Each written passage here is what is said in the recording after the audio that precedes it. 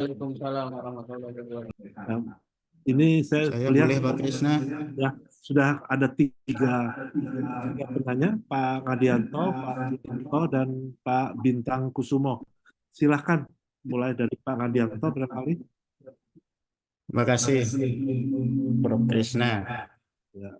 Assalamualaikum warahmatullahi wabarakatuh. Terima kasih Pak Dono dan Pak Roni yang sudah memaparkan secara jelas ya detail proyek IBC, proyek jalan tol Trans Sumatera. Saya Ngadianto Pak, pengguna tol tiap hari Bekasi Jakarta ya. Pertanyaan saya non teknis barangkali untuk Pak Dono. PTHK kan mendapat penugasan ya dari pemerintah untuk jalan tol Trans Sumatera yang panjangnya 2.800 km lebih, ya, 25 ruas.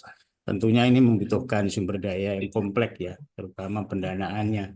Istilahnya kan kalau Bapak kita ngasih tugas ke anaknya, nah ini apakah duitnya atau PMN-nya ini juga lancar, karena kalau nggak lancar tentunya bagaimana cara menyikapinya, karena tentunya akan berpengaruh pada cash flow ya, PTHK sendiri, kontraktor PT Adikarya, dan juga subkon yang jumlahnya banyak. Nah, untuk Pak Roni, saya lihat ya, Bapak sudah insinyur dan sudah punya gelar IPU ya dari BII. Ya. Bapak sebagai proyek direktur Jalan Tol Sigli Banda Aceh. Nah, ini tentunya sudah memenuhi kewajiban Undang-Undang Keinsinyuran Undang-Undang 11 tahun 2014. Nah, ini apa yang mendorong Bapak untuk memenuhi kewajiban tersebut. Kemudian yang kedua, proyek jalan tol ini kan merupakan pekerjaan yang berbasis risiko ya. Jadi bagaimana Bapak menyarankan untuk mewajibkan para subkontraktor ya untuk memenuhi regulasi Undang-Undang Jakon dan juga Undang-Undang Keinsinyuran agar hasil karya keinsinyuran ini aman dan bagi pengguna dan juga berkelanjutan. Terima kasih, Prof. Krisna. Baik, mungkin kita lanjut dengan pertanyaan kedua dulu ya. Kita kumpulkan dulu dari Pak Sucipto. Pak Sucipto, silakan. Ya, ada 3 pertanyaan. Kedua belah pihak lah, Pak Roni dengan Pak ini sama ya. Yang pertama, tadi saya lihat memang kontraknya DB gitu Pak ya. Nah ini DB biasanya memang sangat mahal ya karena memang tergantung dari bagaimana desain dan sebagainya. Nah ini bagaimana tentang pembiayaan seperti halnya Pak Nandianto tadi ya. Biasanya agak berat nih kalau pemerintah dengan DB ya. Padahal diinstruksikan DB. Nah yang kedua, Sumatera ini kan memang tadi sudah disinggung oleh Pak Roni ya. Dengan kondisi gempa ya. Dan juga pergerakan tanahnya juga sangat sering juga gitu ya. Jadi memang saya tadi tidak melihat karena variasinya itu ada gempa, ada tanah gambut dan sebagainya. Nah, desainnya itu bagaimana dihubungkan dengan teknologinya gitu ya. Karena kan bervariatif tadi. Nah, akhirnya kan tadi dengan kontrak DB akan lebih bervariatif tentang harganya. Ini coba dijelaskan gitu ya metodenya karena memang saya lihat ketika Wika dulu di Palembang membuat suatu inovasi baru di tanah gambut itu juga tidak populis gitu ya, tapi sebenarnya berhasil gitu. Nah, yang ketiga barangkali tadi bicara mengenai desain Pak, ada ketentuan pemerintah. Saya belum melihat tadi gambar-gambar yang menunjukkan bahwa desain jalan tol ini belum mengarah kepada Permen 9 tentang konstruksi berkelanjutan gitu ya. Nah ini bagaimana Pak? Tadi tidak dijelaskan itu kan konsep-konsep berkelanjutan ini sudah diinstruksikan untuk semua infrastruktur termasuk jalan. Itu aja Pak Krisna, terima kasih. Baik, pertanyaannya saya kira sangat jelas ya. Satu lagi Pak Bintang, Bintang Kusumo, silakan. Pertanyaan saya agak teknis sedikit Pak tentang cost estimation. Karena tadi saya lihat di paparan itu untuk material itu ada perubahan ya Pak. Mungkin karena material setempat nggak cukup itu kalau saya lihat di petanya adanya narik dari Merak, kemudian mungkin dari Palembang. Nah pertanyaannya waktu kontrak dengan Hutama Karya sebagai pemilik proyek kan Adikarya pasti ada evaluasi harga satuan ya Pak. Nah, itu apakah ada eskalasi harga Pak atau change order atau seperti apa? Karena kalau pengalaman saya dengan batching plan setempat dan Bapak ambil dari luar itu kan biaya transportasinya jauh sekali Pak. Jadi ada overhead cost overrunnya yang lumayan tinggi. Nah, mohon Pak untuk di-share pengalamannya. Oke, terima kasih. Ini menarik pertanyaannya Pak Tang ini. Baik, kita langsung saja kepada Pak Dono dan Pak Roni untuk menjawab. Nanti silahkan disampaikan siapa yang mendapat hadiah juga. Baik. Pak Dono dulu mungkin ya. Baik, terima kasih Ya. Pak Kris. Nah, barangkali pertanyaan pertama dulu dari Pak Ngadiat, Bapak ya, mengenai pendanaan terkait tol Trans Sumatera. Seperti yang sudah saya sampaikan sekilas Pak di awal, untuk JTTS ini sebelum dilakukan pembangunan ada suatu kajian ekonomi yang dilakukan dulu Pak. Jadi dari kajian ekonomi itu akan diperoleh apakah tol ini layak secara finansial ataupun ini layak secara ekonomi, Pak. Jadi prioritas yang dibangun tentunya untuk lokasi-lokasi yang awalnya layak secara finansial. Tentunya dengan kondisi kelayakan finansial tersebut akan diperoleh nilai seberapa besar nilai apakah ini full layak finansial sehingga bisa 100% dari hutang bank untuk pembiayaannya selama masa konsesi nanti yang akan dikembalikan melalui tarif ataupun ada perlu penyertaan dana pemerintah baik itu dalam bentuk injek ekuitas PMN ataupun berupa dukungan konstruksinya atau VGF. Jadi di sini nanti akan di fase perencanaan sudah kita petakan dulu dan tentunya ini kita akan sampaikan dan koordinasi dengan pihak-pihak terkait pendanaan, entah itu untuk pinjaman banknya ataupun pihak Kementerian BUMN, Kementerian Keuangan atau Kementerian PU sendiri, teknis sendiri. Dan skema untuk bagaimana schedule ataupun jadwal PMN ini akan cair. Karena tadi seperti yang disampaikan Pak Roni, kan ada beberapa kondisi yang menyebabkan pelaksanaan itu mundur. Misalnya pembebasan lahan, itu kan satu kewajiban yang semestinya bisa diselesaikan oleh pemerintah tepat waktu, tetapi dengan kondisi tertentu tidak bisa tepat waktu sehingga akan mempengaruhi pembiayaan. Tentunya ini akan dihitung ulang, Pak. Dan itu akan dihitung ulang, penyesuaiannya juga ini akan kami usulkan dan kami sesuaikan untuk bisa secara proporsional diberikan suatu kompensasi kepada penyedia jasa. Terkait desain and build tentunya dari Adikarya juga sudah melihat secara umum Pak, karena proses ini juga tidak cepat Pak. Proses desain ini memakan waktu cukup lama, lebih dari 1 tahun untuk proses basicnya.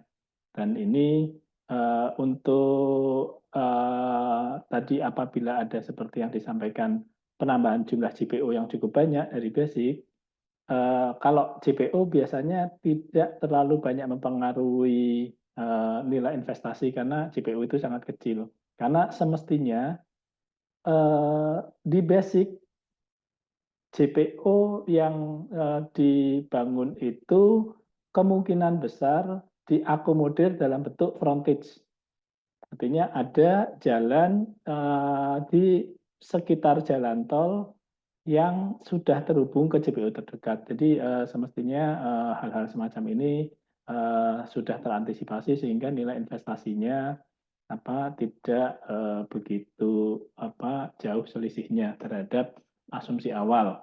Dan di PT Utama Karya sendiri secara berkala hampir setiap 6 bulan kami selalu diaudit oleh BPK untuk menilai apakah perubahan ataupun pelaksanaan dan pembiayaannya ini sesuai dengan ketentuan ataupun kaidah yang berlaku. Barangkali itu yang bisa saya sampaikan, Pak. Mungkin ada beberapa kekurangan ataupun beberapa hal yang tidak sesuai, nanti bisa disampaikan lebih lanjut. Kemudian untuk pertanyaan dari Pak Sucipto mengenai kontrak design and build terkait pembiayaan. Jadi memang untuk kontrak ini meskipun design and build sejak awal sudah ada desain basicnya, Pak. Hanya memang ketentuan untuk desain basic jalan tol agak berbeda pada pendetailan jumlah titik pengambilan data tanah, kemudian skala peta yang digunakan. Jadi kalau basic itu masih memungkinkan skala 1:1000 menggunakan data stereoplot dari data DEM. Nah ini memang akurasinya lebih kecil, akan tetapi pada saat DED ini bukan cukup ya, artinya akan lebih detail lagi untuk pelaksanaan surveinya. Dan pada tahap pelaksanaan pengadaan jasa pembangunan secara kontrak DED ini, kami juga memperkirakan tingkat resiko yang mungkin terjadi. Jadi ada persentase resiko yang mungkin terjadi itu sudah dipetakan, dan itu ada tim tersendiri yang untuk menilai tingkat resiko yang terjadi sehingga itu bisa dimasukkan ke dalam salah satu potensi yang ada di nilai investasi tersebut. Jadi selain menggunakan data yang sebenarnya sudah ada di data basic, potensi resiko-resiko itu juga sudah dipetakan sebelum proses lelang ataupun proses negosiasi penyediaan jasa jasa pembangunan jalan tol ini. Kemudian untuk pertanyaan kedua dari Pak Sucipto untuk berbagai macam variasi seperti kondisi gempa, mungkin kondisi tanah yang berbeda, kemudian penerapannya seperti apa. Nah ini memang kami di sini kalau di Utama Karya kami ada suatu dashboard yang cukup informatif menurut kami, di mana dashboard tersebut merupakan superimpos antara data-data geoteknik dari ESDM maupun dari Badan Gambut ataupun dari instansi-instansi lainnya yang kami superimpos untuk mengetahui lokasi-lokasi rawan bencana ataupun rawan potensi bermasalah terhadap perencanaan desain. Jadi lokasi-lokasi dengan kondisi yang harus dihindari sejak awal penentuan trase itu sebisa mungkin kami hindari. Apabila lokasi-lokasi tersebut tidak bisa dihindari, itu akan ada suatu warning karena lokasi ini tidak bisa dihindari, seperti misalnya pada rancangan desain dari timur ke barat Pulau Sumatera, tentunya akan melewati Bukit Barisan. Nah, dengan kondisi tersebut, desain tunnel itu diperlukan. Sama tadi, untuk lokasi yang ada potensi sesar, ataupun di situ ada tanah gambut, ataupun ada tanah singkapan seperti mungkin clay shale, itu sudah teridentifikasi. Sehingga dengan identifikasi dari superimpose map yang kami miliki, kami melakukan pendetailan pengujian data tanah yang diperlukan di lokasi tersebut. Nah, dari situ tentunya ada beberapa tim ahli yang kami gandeng ataupun kami ajak kerjasama untuk menyelesaikan dan memberikan solusi yang paling optimal untuk penyelesaian ataupun untuk solusi permasalahan di lokasi yang rawan bencana tersebut. Itu pertanyaan nomor 2. Kemudian yang nomor 3 untuk konstruksi berkelanjutan terkait permen. Untuk semua desain tol Sumatera dan saya pikir sama juga untuk tol-tol di Indonesia lainnya, suatu rancangan teknik akhir atau DED, ada banyak pihak yang selalu kita libatkan selama proses perancangan, Pak. Jadi di setiap instansi tersebut tentunya sudah mengacu ke ketentuan-ketentuan yang sudah berlaku. Karena memang untuk persetujuan DED ruas jalan tol ini tidak hanya dari Bina Marga saja, Pak. Akan tetapi melibatkan beberapa unsur departemen yang ada di PU maupun di kementerian lain seperti Kementerian Perhubungan, Kementerian Lingkungan Hidup.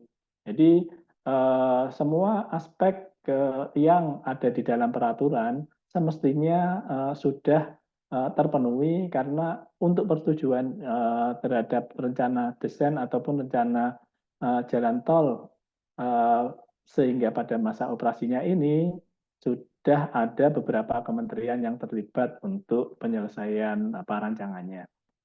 Kira-kira itu Pak Sucipto, kurang lebihnya jawaban dari saya. Kemudian yang terakhir dari Pak Bintang untuk cost estimasi Pak ya, terkait apakah ada change order Eskalasi, termasuk eskalasi. Iya, iya Pak. Kalau untuk kontrak-kontrak di Utama Karya terkait jalan tol, sesuai dengan standar Perpres Pak ya. Jadi untuk kontrak di atas 1 tahun itu memungkinkan penyesuaian harga Pak.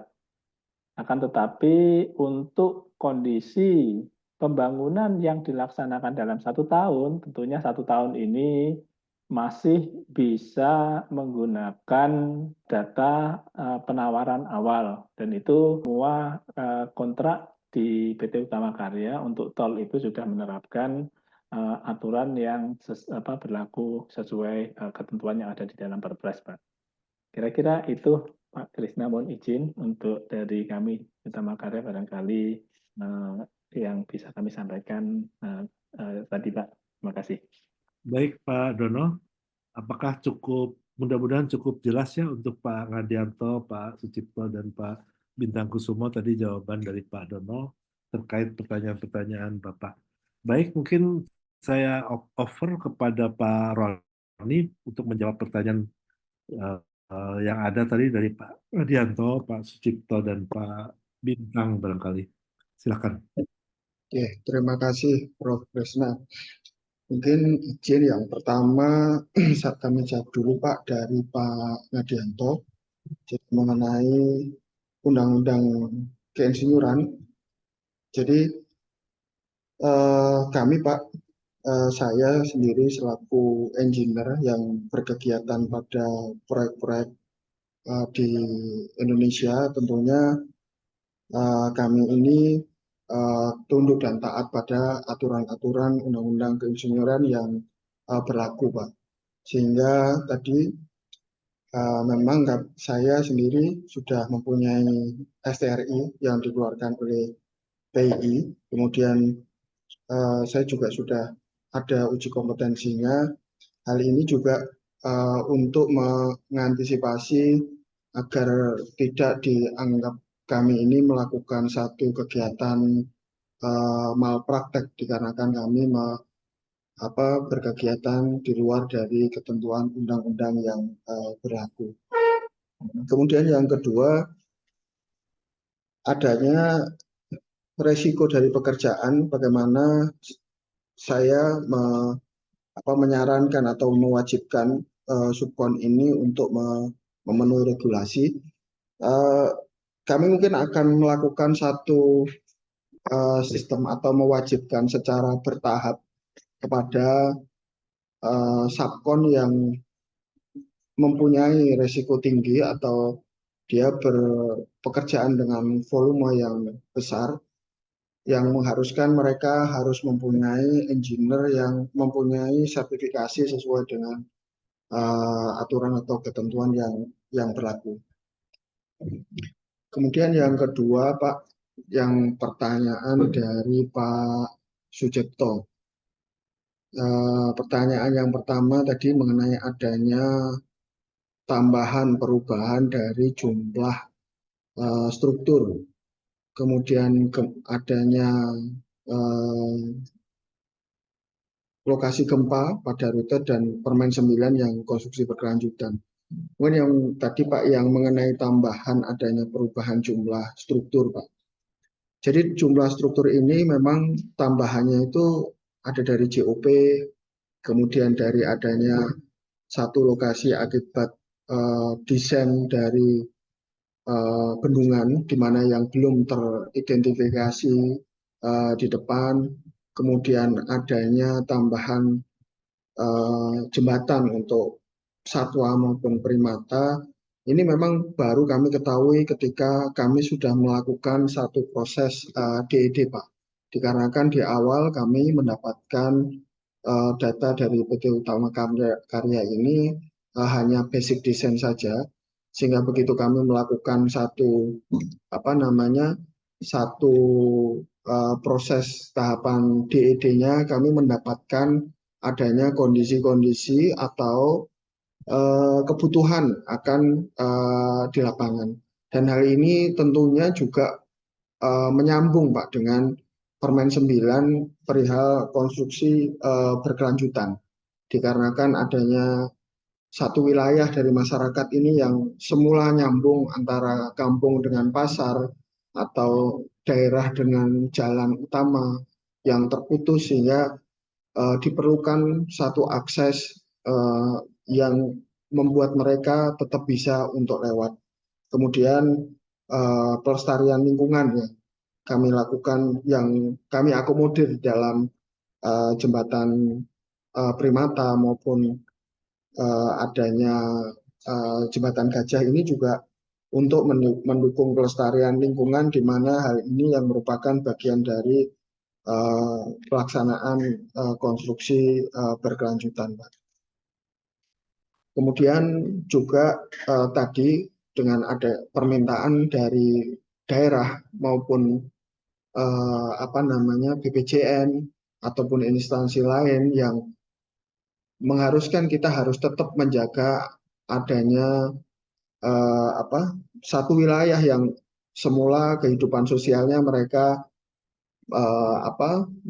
menjadi satu, kemudian terpisah, ya kemudian diakomodir dengan JOP yang tadi disampaikan Pak Dono. Meskipun itu ada banyak permintaan yang harus kami akomodir, tapi tidak semua itu bisa kita terima, Pak. Jadi ada yang kami bikin frontage, ada yang kami harus gabungkan, ada yang kami tolak ketika kami melakukan evaluasi. Tapi kesemuanya itu juga merupakan bagian dari bagaimana kami memenuhi Permen 9 tentang konstruksi berkelanjutan.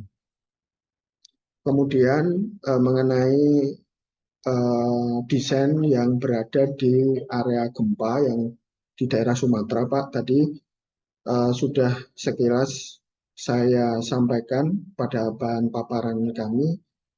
Kami melewati 2 sesar gempa aktif, Pak, di mana kami sudah mengikuti ketentuan menggunakan SSRA, dan kemudian kami tetap mengupayakan optimasi dengan menggunakan pushover metode, Pak. Dikarenakan kalau kami tidak menggunakan metode pushover tersebut dalam menganalisa strukturnya, hal ini menjadikan dimensi dari struktur kami untuk mengakomodir adanya gempa ini menjadi sangat besar. Kemudian yang berikutnya yang Pak Bintang Kusumo mengenai eh, keterbatasan suplai material yang harus kami ambil dari luar, Pak. Jadi tadi sudah disampaikan kalau mengenai biayanya, cost overrun-nya dari pihak utama karya memfasilitasi itu eskalasi Pak ada di dalam kontrak kami. Kemudian juga di CCO itu juga kami melakukan memungkinkan dan kami terus melakukan optimasi. Namun pada sisi kontraktor Pak, untuk menghindari adanya cost overrun tadi, saya atau kami ini membuat semacam supply chain management tadi Pak, di mana supply chain management ini memang menjadikan kita selaku Menkon yang semula kami itu membeli barang jadi, menjadi kami harus turun lagi dan berjalan ke arah hulu untuk mengawali proses keterlibatan itu sejak dari awal. Jadi sejak dari eh, penentuan kuorinya, izinnya kami kawal, kemudian kami lakukan pendampingan, kami lakukan evaluasi dan kami melakukan kontrak-kontrak dan menjaga keseimbangan para pihak yang berada pada setiap tahapan itu untuk terus berjalan. Hal ini cukup efektif Pak dalam pengalaman kami untuk menjaga stabilitas harga dikarenakan sejak dari hulu material ini sudah kami jaga harga satuannya. Sehingga kalaupun terjadi kenaikan itu hanya berada di kenaikan dari bahan bakar saja yang itu di luar dari kendala kami. Tapi kalau kenaikan material pokoknya itu sudah relatif sudah bisa kami jaga atau kami eh, kunci di awal. Meskipun ini tidak 100%, tapi dalam pengamatan kami hal ini cukup efektif, Pak. Tapi menurut analisa saya, evaluasi kami, hal ini hanya bisa kita lakukan proses ini pada proyek-proyek yang berskala besar. Karena kalau yang untuk berskala kecil, untuk melakukan satu proses sejak dari awal ini juga memerlukan satu biaya tersendiri di luar dari biaya yang biasa kita keluarkan untuk jual beli. Mungkin kira-kira itu Pak Bintang eh, pengalaman saya untuk menekan cost overrun dari lokasi yang jauh, kemudian adanya waktu yang menjadi lebih panjang, kemudian juga adanya fluktuasi harga, dinamika harga yang kadang di luar kendali kita, kira-kira seperti itu Pak. Terima kasih Pak. Baik, Pak Roni, saya kira jawabannya sudah cukup lengkap ya. Kita masih punya waktu 10 menit lagi sebetulnya. Mungkin saya masih bisa entertain maksimum 2 pertanyaan singkat begitu. Kalau masih ada yang ingin pertanyaan, ya ada Pak Iwan satu, ada lagi satu penanya lagi barangkali. Nggak ada, langsung saja Pak Iwan barangkali. Silakan kepada siapa Oke, pertanyaannya. baik Pak Prof. Pertanyaan saya mungkin ke Pak, ya Pak, boleh Pak Dono, boleh Pak Roni, nggak masalah. Ini mengenai waktu pelaksanaan, Pak. Tadi disampaikan dari rencana awal 840 hari menjadi 2131 hari. Jadi cukup signifikan ya perpanjangan waktunya. Nah, ini faktor apa yang paling besar, Pak, yang mengakibatkan schedule-nya ini mundur? Apakah faktor di luar teknis seperti misalnya pembebasan tanah, atau faktor tadi seperti dijelaskan oleh Pak Roni, masalah ketersediaan material. Terus yang kedua, kalau boleh tahu ada eskalasi nilai kontrak itu berapa persen itu Pak? Itu aja Pak. Terima kasih.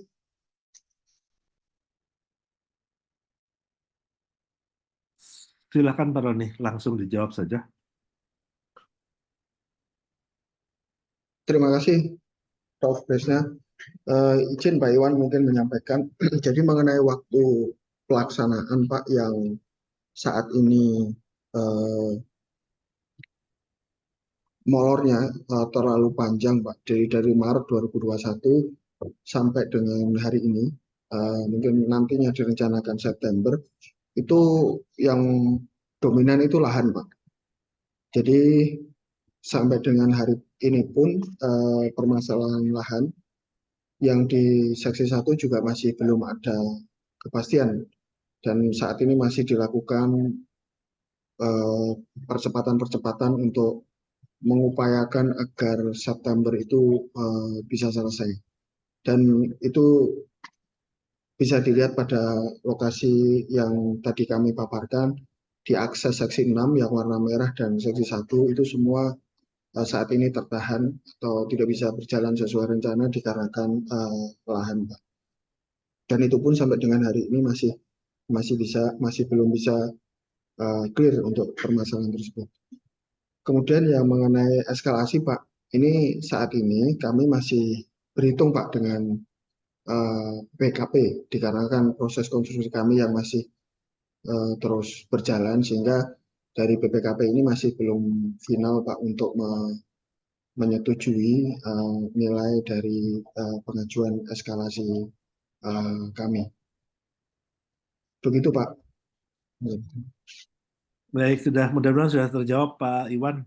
Memang cukup, Pak. lahan Terima yang kasih. lahan itu selalu menjadi Masih ini ya lama ya, masih cerita lama ya, lahan masalah gitu ya. dari dulu. Dan masalahnya juga saya kira sangat kompleks ya, meskipun undang-undang yang ada tuh mengatur ada batas waktu untuk pembebasan lahan, tapi ya dalam pelaksanaannya memang banyak faktor yang harus dilihat lagi. Baik, saya kira kita sebetulnya batas waktu untuk diskusi itu masih ada 8 menit lagi. Kalau masih ada satu pertanyaan lagi barangkali dari para peserta. Mohon izin Pak Moderator, Siapa? ya mengingatkan terkait hadiah itu, jadi nanti dari ya. Pak Roni atau dari narasumber membuat pertanyaan, kemudian nanti peserta yang menjawab akan mendapat hadiah. Oke. Iya, jadi kebalikannya sekarang Pak. Kebalikan. Pak Roni silahkan, atau Pak Dono barangkali membuat pertanyaan untuk peserta, nanti peserta yang menjawab dengan benar akan mendapat hadiah dari panitia nih, dari Gapenri. Iya, betul Pak. Ya. Satu saja barangkali masing-masing dari Pak Roni atau Pak Dono. Ini pertanyaan apa? Siapa cepat pasti dapat gitu. Bener tur cepat. Bener dan cepat. Monggo Pak Roni. Atau Oke, Pak terima kasih Pak. Mungkin ini aja Pak, dari tadi penanya kalau berkenan ini, jadi kami saat ini yang di Tol Sigli Banda Aceh, saya bersama kawan-kawan Pak, itu menuangkan pengalaman kami dalam menyelesaikan proyek Tol Banjar Aceh ini dengan menulis buku Pak. Mungkin menulis buku judulnya Tol Sigli Banda Aceh sebagai kenang-kenangan kami kepada masyarakat Aceh dan pendidikan di institusi pendidikan di Banda Aceh, sehingga hal ini mungkin nanti kalau misalnya daripada kami yang memberikan pertanyaan, mungkin ini kami bisa bagikan tadi Pak kepada bapak-bapak yang bertanya saja Pak. Jadi ada Pak siapa tadi, Pak Ngadianto, Pak Sujipto, Pak Bintang, Pak Iwan. Mungkin kalau berkenan buku ini bisa sebagai apa? Kenang-kenangan juga. Iya, ini tapi nggak terbaca ya ini. Ya. Nggak terlihat. Moderator dapat nggak Pak? Dapat Prof. Terima kasih sebelumnya. Siap. Iya, Pak. Kalau gitu nanya deh tadi. Tambah Wah, terima kasih banyak sekali nih Pak Roni. Pak Dono bisa dapat hadiah buku. Siapa Yohan? Berkenan, Pak Pak Roni, Pak Tis. Nanti dibaca. Pak Roni. Siapa? Ya kalau gitu saya nanya juga tentang bukunya Pak. Ya, saya pernah di Aceh juga. Kendalanya Bapak dalam rangka tadi saya dengar memang ada pendekatan ke masyarakat karena kultur di Aceh itu kan rata-rata ya mau ikut kerja tapi kompetensi nggak ada gitu. Termasuk ya subkon dan juga tenaga kerja. Nah ini mengatasinya gimana Pak Bapak? Tetap dibekerjakan dengan dibawa juga tenaga kerja dari luar atau bagaimana Pak? Ya, terima kasih Pak. Mohon izin Pak Sucipto nih. Iya Pak. Nggih. Jadi kalau pengalaman kami Pak, mohon izin Prof. Krisna langsung menjawab. Silakan, silakan. Nggih. Jadi kalau pengalaman kami Pak, seperti yang Bapak tadi sampaikan, gitu, memang kultur masyarakat di sana pada saat kami awal masuk seperti itu Pak. Sangat apa antusiasme untuk mereka berkontribusi di dalam proyek ini memang sangat tinggi sekali. Hal ini menjadikan kita memang perlu strategi khusus bagaimana memberikan pemahaman bahwa tol ini pekerjaannya itu dituntut satu kualitas yang tidak bisa dikerjakan secara apa namanya seperti biasanya. Gitu. Jadi mengenai ketika kita melakukan pekerjaan timbunan, ketika kita melakukan satu pekerjaan pengecoran, bagaimana persiapannya, bagaimana tahapannya, itu kami berikan pemahaman kepada beliau-beliau di sana, Pak. Sehingga memang ini perlu waktu. Dan pada saat itu strategi saya adalah memberikan satu pembuktian, Pak. Dikarenakan kalau kami tidak mengakomodir, memang ini menjadi satu isu tersendiri yang dinilai kami ini apa namanya tidak mengakomodir putra daerah ya. Tapi bahwa sebenarnya ini adalah adanya satu ketentuan yang memang harus kita penuhi bersama dan menjadi tanggung jawab kami selaku Menkon juga agar kami juga bisa terus bekerja, kemudian pekerjaannya juga bisa diterima. Itu memang kami perlu waktu kepada mereka untuk memberikan pembuktian, Pak, pengujian. Memang dalam pelaksanaannya ketika mereka sudah kami jelaskan di awal sebelum mereka bekerja, tahapannya sudah kami simplifikasi sesederhana mungkin untuk mereka bisa paham aturan mainnya seperti apa. Kemudian kami berikan pekerjaan dan dalam pelaksanaannya memang akhirnya seleksi alam ini berjalan, Pak. Ketika yang memerlukan satu kriteria keberterimaan khusus seperti timbunan yang harus sekian kali lintasan, kepadatannya sekian diuji kembali seperti itu. Pada akhirnya mereka mengundurkan diri. Namun untuk pekerjaan-pekerjaan yang sifatnya tidak membutuhkan skill khusus seperti saluran DS8 misalnya di tepi, kemudian penanaman rumput, kemudian penanaman pohon. Itu kami coba untuk tetap menjadi bagian dari lingkup mereka, Pak. Sehingga hal ini juga terus terang kami perlukan sebagai untuk menjaga keseimbangan agar tidak menjadi satu isu yang sensitif seolah-olah masyarakat ini hanya menjadi penonton saja. Dan kami juga memerlukan hal ini, Pak, terutama masyarakat yang berada di kanan kiri ini, terus terang kami libatkan pada satu pekerjaan-pekerjaan yang sifatnya unskilled. Ini hampir di semua ruas kami sepanjang jalan ini kami pakai, Pak, karena hal ini juga kami jadikan sebagai humas kami kepada orang luar yang mencoba masuk. Mereka juga menyampaikan bahwa oh ya kami masuk dan berada pada bagian dari proses pelaksanaan konstruksi tersebut. Dan dari sisi kontraktor memahami akan kondisi dan mengakomodir sehingga keterlibatan mereka ini juga kami jadikan bagian dari bukan pagar hidup ya Pak, tapi bahwa humas yang bisa ketika ada orang luar yang mencoba untuk masuk tapi dengan tidak dengan tidak mau mengikuti aturan itu dari pihak masyarakat itu juga berada di pihak kami untuk menjelaskan hal-hal tersebut, Pak. Begitu kira-kira Bapak dan Prof. Krisna. Baik Pak Roni, saya kira sudah cukup banyak. Saya kalau boleh nih numpang pertanyaan sedikit saya untuk Pak Roni.